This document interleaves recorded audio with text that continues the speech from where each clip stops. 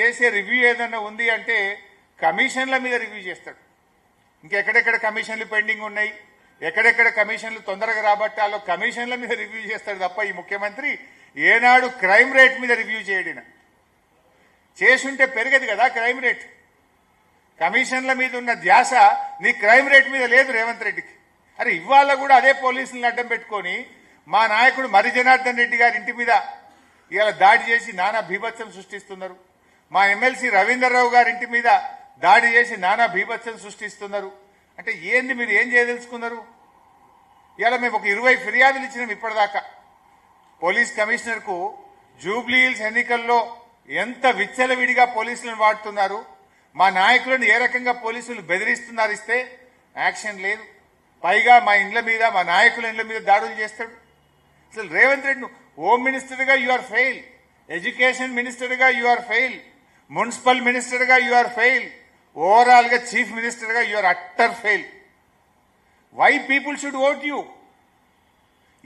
విద్యాశాఖ మంత్రిగా 10వ తరగతిలో అంటే స్కూల్ ఎడ్యుకేషన్ లో 67,000 మంది పిల్లలు తగ్గిపోయినారు. మున్సిపల్ మంత్రిగా హైదరాబాద్ లో ఎక్కడ చూసినా చెత్తనే, వీధి దీపాలు వెలగవు, చెత్త, పిచ్చి కుక్కలు, స్వైర విహారం, బస్తీ దవాఖానలో పోతే మందులు లేవు. మున్సిపల్ మంత్రిగా ఫెయిల్. ఇక హోంమంత్రిగా మర్డర్లు, మానభంగాలు, అత్యాచారాలు పెరిగినాయి తప్ప నువ్వు హోంమంత్రిగా సాధించిన ప్రగతి అయితే ఏమి లేదు.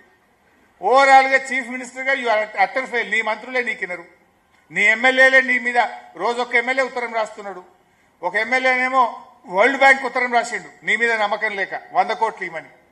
ఇంకొక ఎమ్మెల్యేనేమో అరే మాకు ఊర్లలో పోతే పెళ్లిలకు సావులకు తిరుగుతున్నాం తప్ప ఒక బోర్ అడిగినా మోటార్ అడిగినా బుగ్గ అడిగినా వేసే దిక్కు లేదు, రూపాయి లేదు మా దగ్గర అని నీ కాంగ్రెస్ పార్టీ ఎమ్మెల్యేలే ఉత్తరాలు రాస్తున్నారు, బహిరంగంగా మాట్లాడుతున్నారు.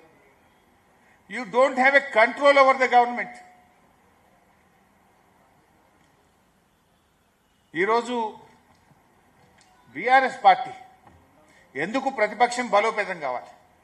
ఇలా మేము బీఆర్ఎస్ పార్టీగా ఈరోజు మేము చెప్తున్నాం, మొన్న కేటీఆర్ గారు రిలీజ్ చేశారు, జూబ్లీ హిల్స్ లో 5,300 కోట్ల అభివృద్ధి చేసినామని విత్ ఆల్ డీటెయిల్స్ మా కేటీఆర్ గారు రిలీజ్ చేసినారు. నువ్వేం చెప్తావు? ఒక ఫ్లైఓవర్ కట్టినావా జూబ్లీ హిల్స్ లా? ఒక ఇల్లు కట్టినావా జూబ్లీ హిల్స్ లా? ఒక దవాఖాన కట్టినావా జూబ్లీ హిల్స్ లా? నువ్వు ఏం చేసినావు జూబ్లీ హిల్స్ లా? చెప్పుకోవడానికి ఏమీ లేదు. Literally you are black mailing.